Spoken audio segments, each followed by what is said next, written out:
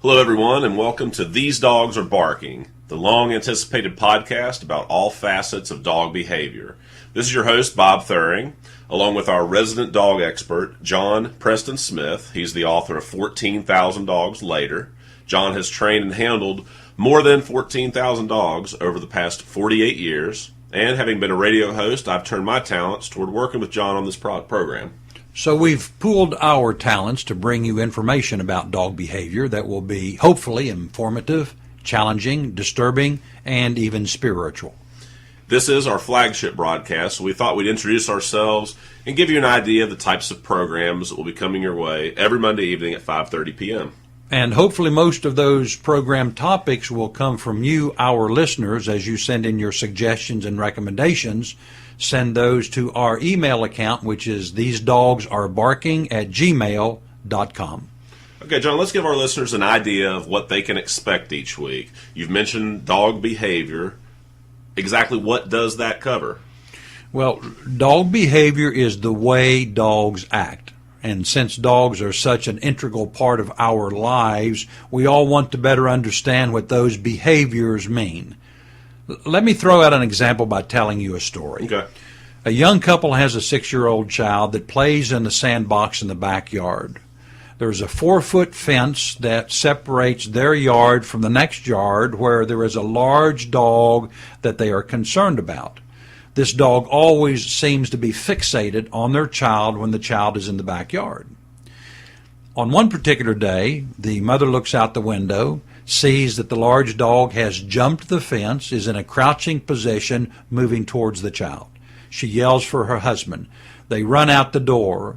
As they get out the door, the dog is airborne. When the dog comes up, he has a rattlesnake in his mouth. He has killed the rattlesnake, but the rattlesnake has bitten the dog, and the dog dies. So, what's going on here?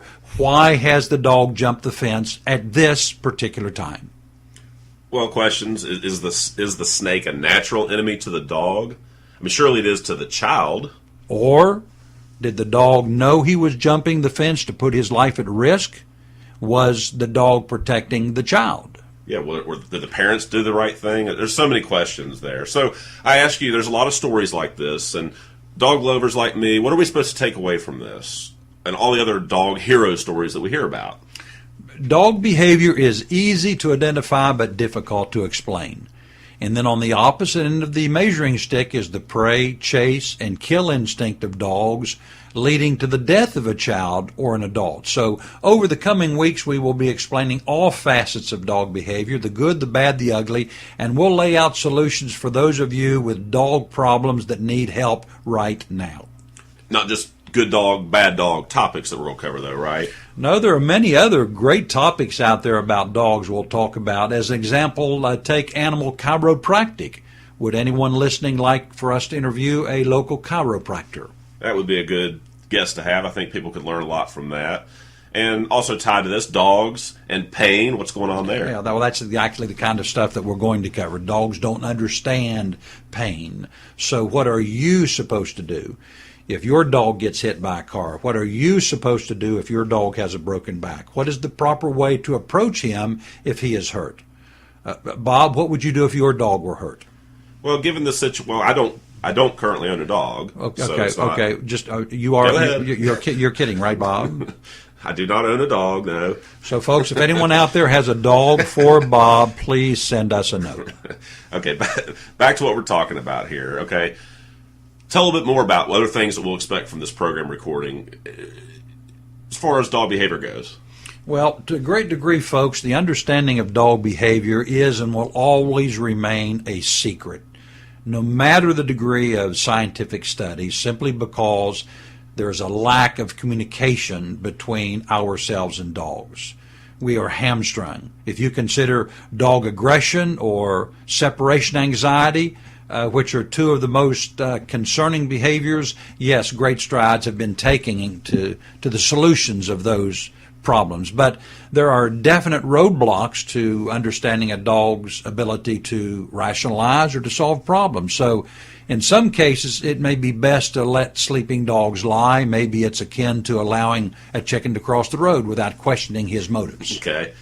And a lot of us think that the dogs can tell us what they feel. We can hear them. But there's a lot of myths we're going to uncover during this, and also some touchy subjects. Whether dogs have a soul. Well, what happens to dogs? Now you're starting to cover controversial topics, and we won't shy away from any of those. Is it biblically sound to say that dogs go to heaven? Do they rationalize? How do they communicate? How do dogs get on the bad list of insurance companies? And we'll even talk about how dogs were used in blood sports in England in the 1800s.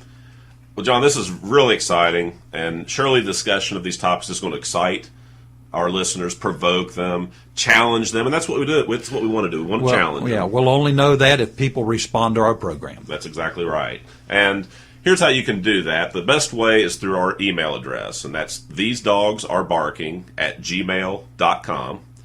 If you want immediate behavior and training answers, check out John's book on the website, and the book is 14,000 Dogs Later. So in closing, this is Bob Thuring here with John Preston Smith reminding you that these dogs will be barking at you again next Monday evening. So tune in, give a listen, and let us know what you think.